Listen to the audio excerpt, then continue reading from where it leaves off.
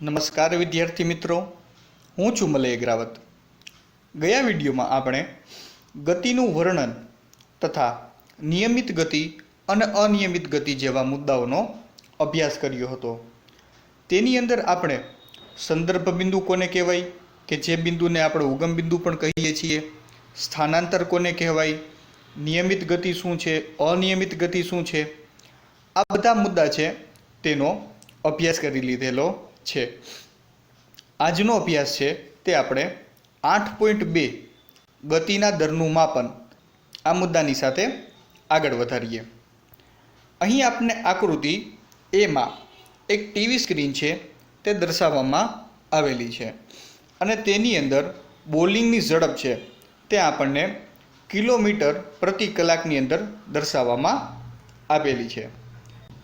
તેની સાથે સાથે જે આકૃતિ બી છે તેની અંદર રસ્તા ઉપર એક વાહન છે તે પસાર થતું જ દેખાય છે અને રસ્તાની બાજુએ રહેલો જે થાંભલો છે તેની ઉપર સ્પીડ લિમિટનું બોર્ડ છે તે આપણે જોઈ શકીએ છીએ. અહીં સ્પીડ લિમિટના બોર્ડ ઉપર આપણે 50 કિલોમીટર પ્રતિ કલાક અને 40 કિલોમીટર પ્રતિ કલાક આ બે સ્પીડ લિમિટ છે તે જોઈ શકીએ છીએ. આકૃતિ 8.2માં દર્શાવેલ બે સ્થિતિઓ ધ્યાનમાં લો. આકૃતિ 8.a જો દડાને ફેંકવાની ગતિ બોલિંગ 143 કિલોમીટર કલાકની -1 ઘાત હોય તો તેનો અર્થ શું થાય? આકૃતિ 8.2માં દર્શાવેલ સાઇનબોર્ડ દ્વારા તમે શું સમજો છો? તો મિત્રો, આકૃતિ 8.2 આપણે જોયેલું હતું કે મોનિટર છે, ટીવીનું મોનિટર છે, ટીવી સ્ક્રીન છે, તેની ઉપર બોલર દ્વારા જે દડો ફેંકવામાં આવે છે તે દડો છે તેની ઝડપ શું છે તે આપણને ટીવી સ્ક્રીન ઉપર દર્શાવવામાં આવેલું છે. ઉદાહરણ તરીકે ભાઈ, તે જે બોલર છે તેણે 143 કિલોમીટર પર હવરની સ્પીડ ઉપર દડો ફેંક્યો હતો, તો એ રાશિ છે એ આપને ત્યાં દર્શાવવામાં આવેલી છે. આમે અત્યારે IPL ચાલે છે તો તમે લોકો મારા ખ્યાલથી ટીવી જોતા જ હશો. તેમાં જે અલગ અલગ બોલરો છે તે દરેકેનો દડો છે તે કેટલા કિલોમીટર પર હવરની સ્પીડ ઉપર જાય છે તે વસ્તુ ટીવીમાં દર્શાવવામાં આવે છે. અને આકૃતિ 8.2bની અંદર આપણે રોડની સાઈડની બાજુએ લગાવેલો સાઇનબોર્ડ જોયેલો છે. તે પણ આપણે ઘણીવાર ટ્રાવેલિંગ કરતા હોય ત્યારે જોયેલો છે કે અમુક જે રસ્તા છે, માની લો કે હાઈવે છે, તો ત્યાંની સ્પીડ લિમિટ અલગ હોય છે, સિટીની અંદરની સ્પીડ લિમિટ હોય છે. સ્પીડ લિમિટ એટલે શું?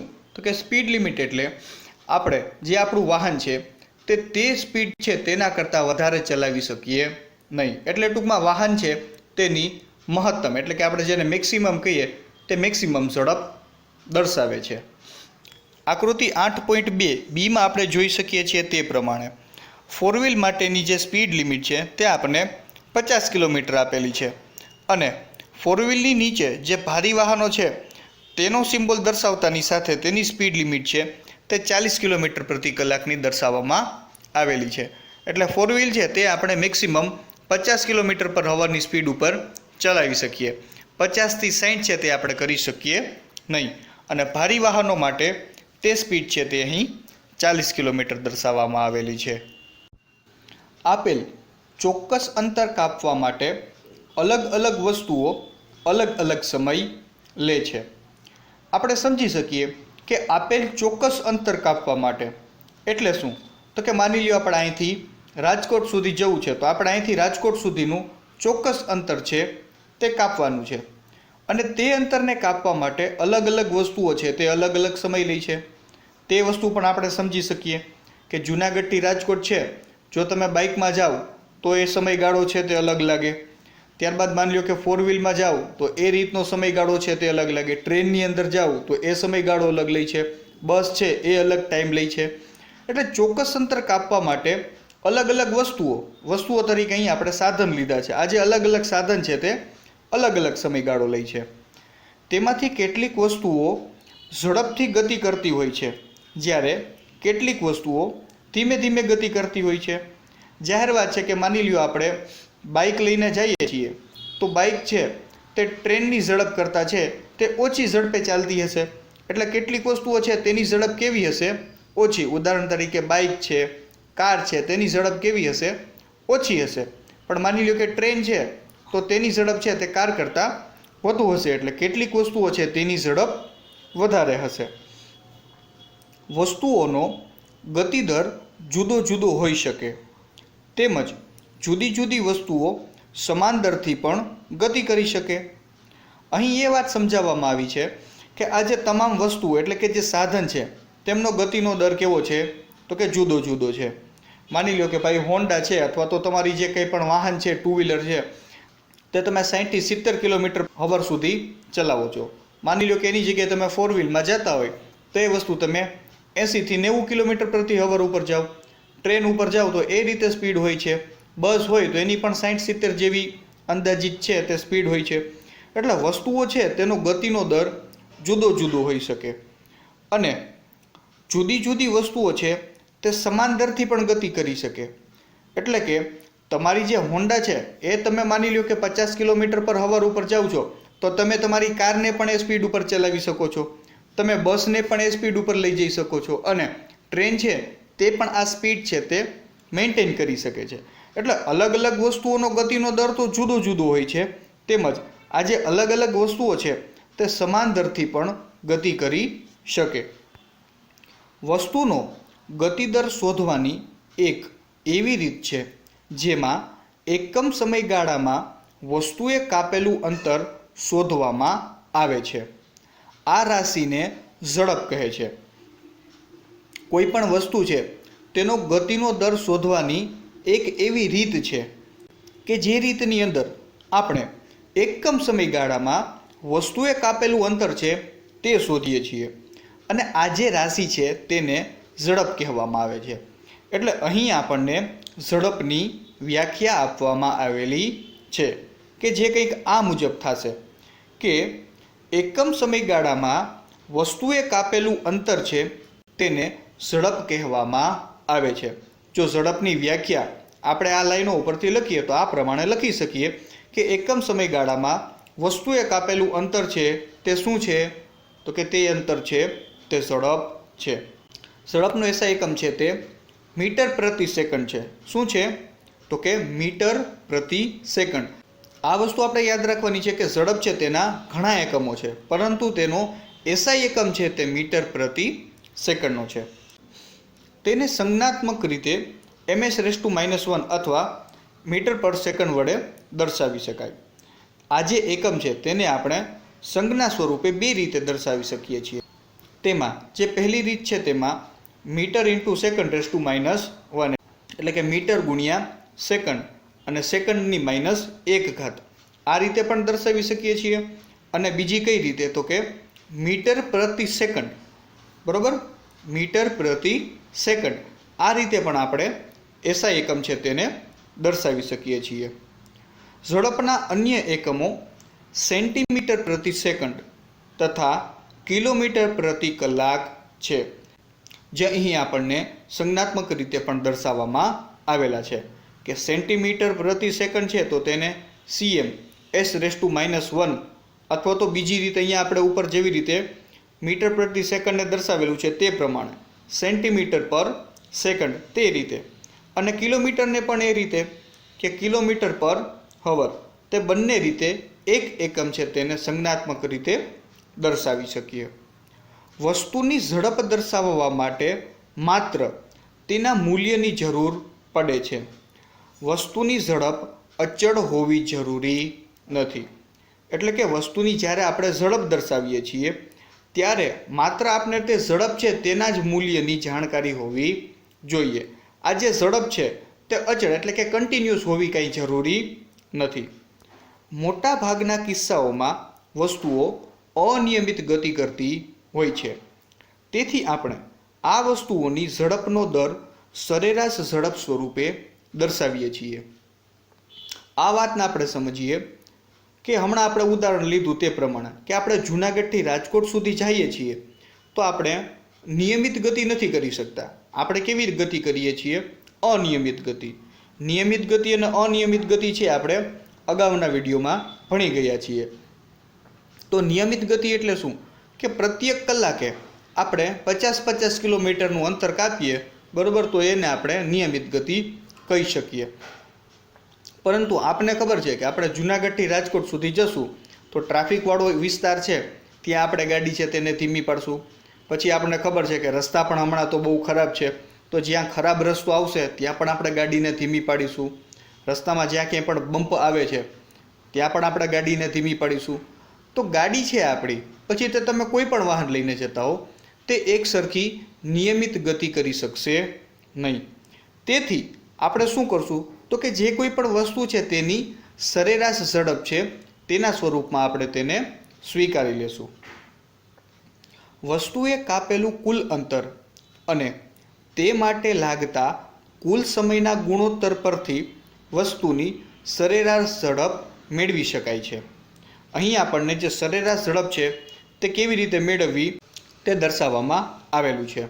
તો કેવી રીતે આપણે દર્શાવશું તો કે વસ્તુએ કાપેલું કુલ અંતર અને આ અંતર કાપવા માટે તેને કેટલો સમયગાળો છે તે લીધેલો છે.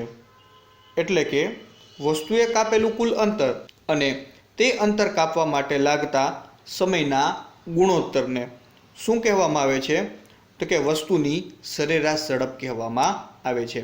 આ બંને વસ્તુ છે તેના ગુણોત્તર દ્વારા આપણે કોઈ પણ વસ્તુની સરેરાશ ઝડપ મેળવી શકીએ.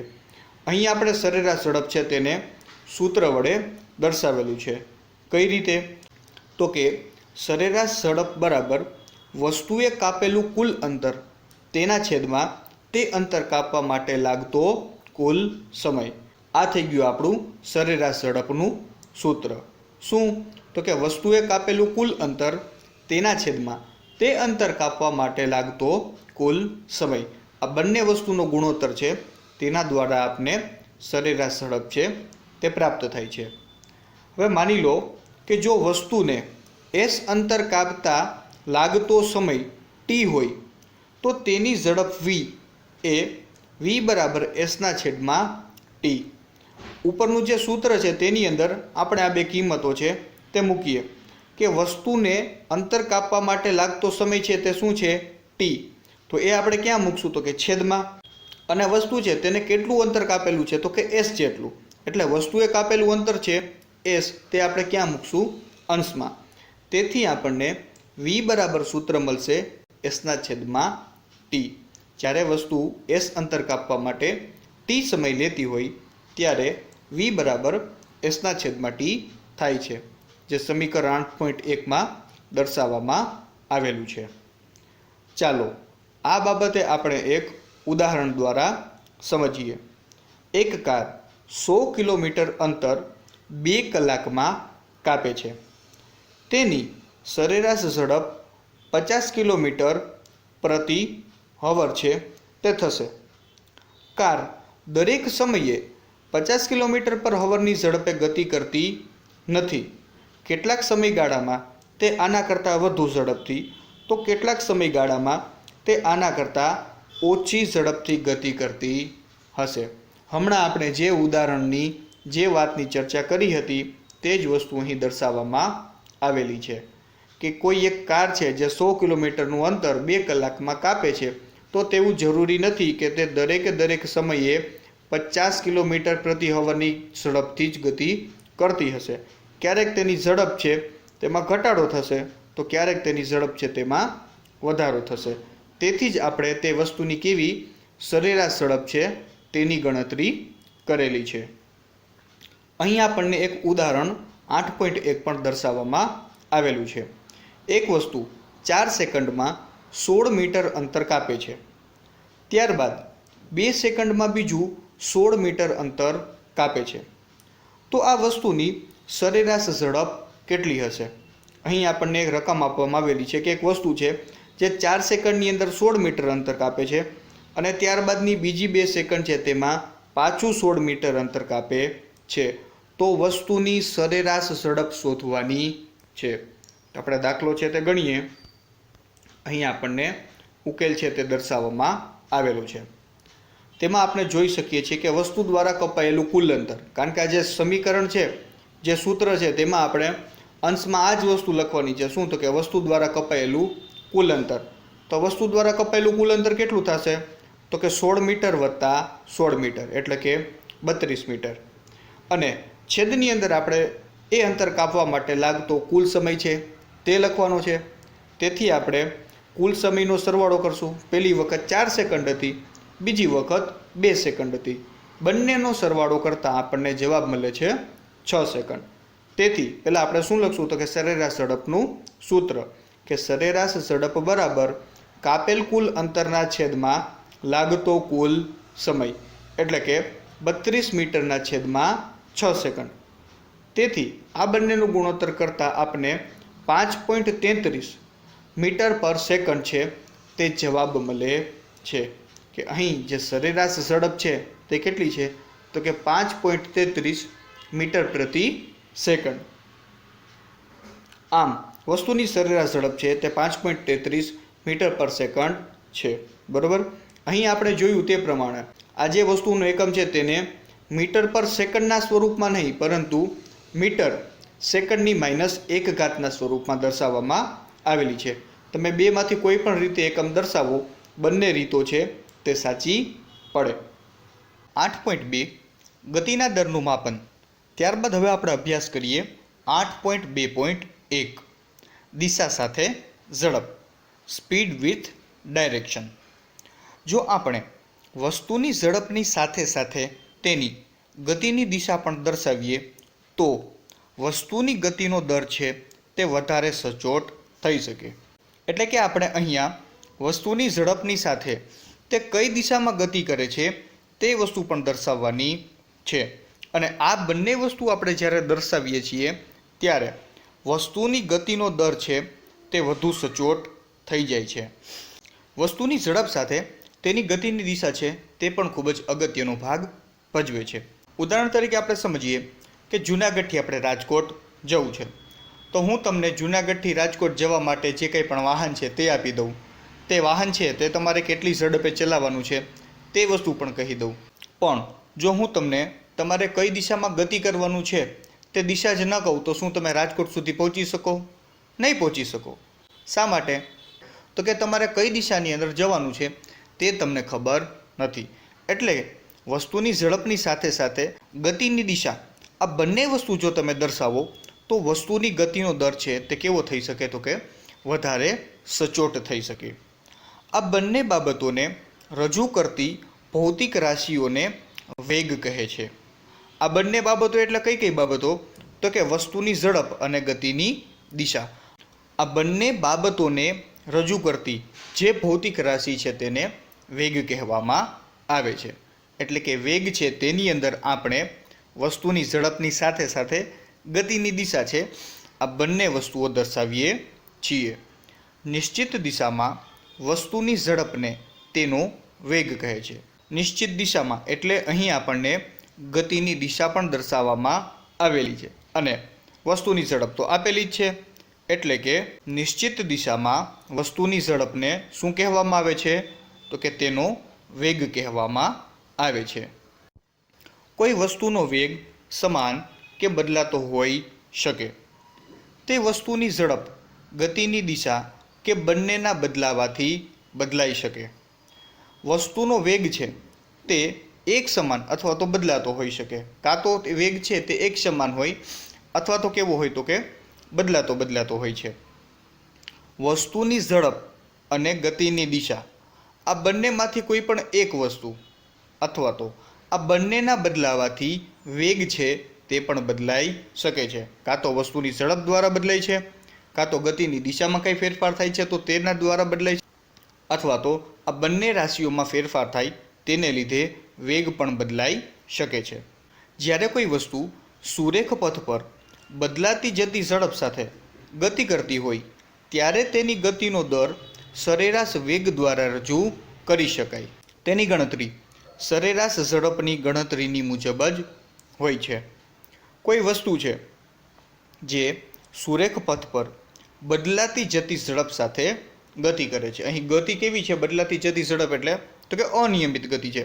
કોઈ એક વસ્તુ સુરેખ પથ પર અનિયમિત ગતિ કરે છે ત્યારે તેની ગતિનો દર છે એને આપણે શેના દ્વારા તો કે સરેરાશ વેગ દ્વારા રજૂ કરીએ છીએ. અને આ જે સરેરાશ વેગ છે તેની ગણતરી આપણે કેવી રીતે કરવાની છે? તો કે જે મુજબ આપણે સરેરાશ ઝડપની ગણતરી કરી હતી તે પ્રકારે જ આપણે સરેરાશ વેગની ગણતરી પણ કરવાની છે. જ્યારે કોઈ વસ્તુનો વેગ સમાન દરથી બદલાતો જતો હોય ત્યારે તેનો વેગ પ્રારંભિક વેગ અને અંતિમ વેગના અંકગણિતીય સરેરાશ દ્વારા મેળવી શકાય છે.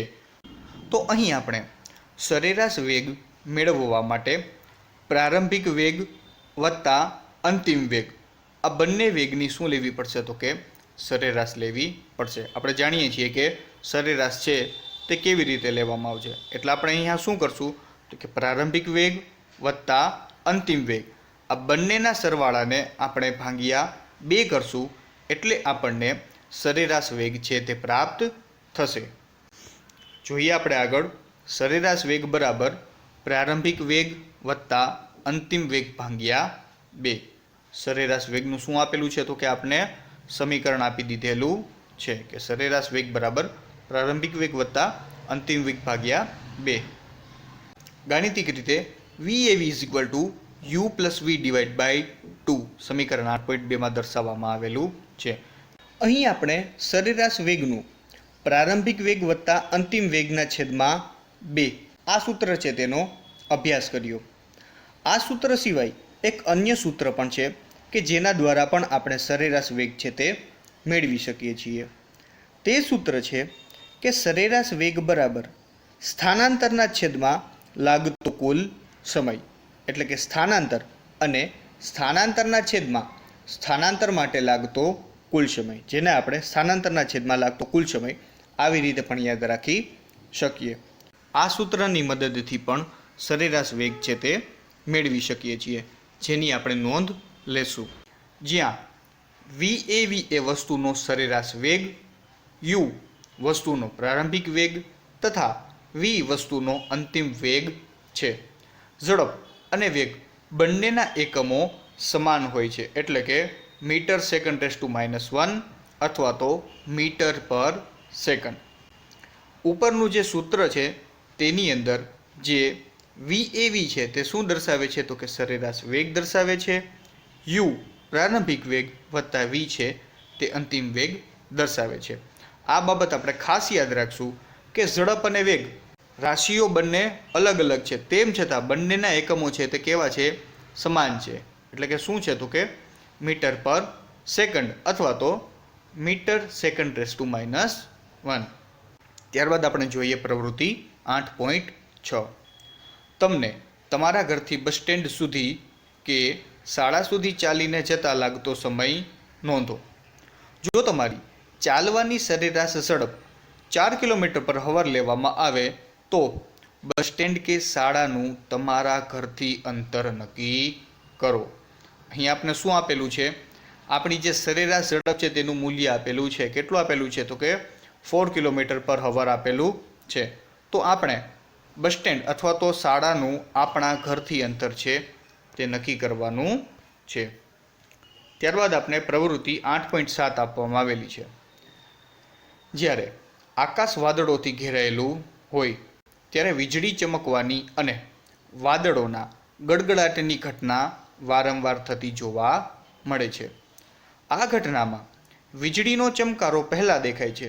તેના થોડા સમય પછી વાદળોના ગડગડાટનો ધ્વનિ આપણા સુધી પહોંચે છે. શું તમે સમજાવી શકો કે આવું કેમ થાય છે?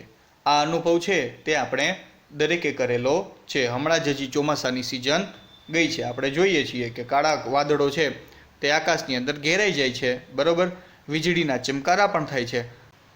આ સ્થિતિમાં પહેલાં આપણે કઈ ઘટના દેખાશે? તો કે ભાઈ વીજળીનો ચમકારો થાય છે તે પહેલાં આપણે જોઈ શકીએ છીએ, અને તેના થોડા સમય બાદ આપણે વાદળોનો જે ગડગડાટનો અવાજ છે તે સાંભળીએ છીએ.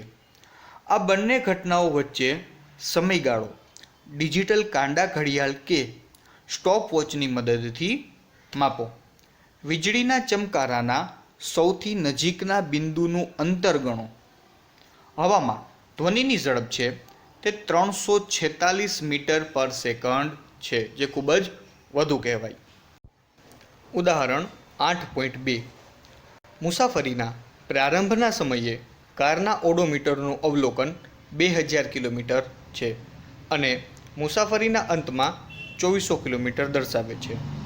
જો આ મુસાફરી દરમિયાન લાગતો સમય 8 કલાક હોય તો કારની સરેરાશ ઝડપ કિલોમીટર પર હવર તથા મીટર પર સેકન્ડમાં ગણો.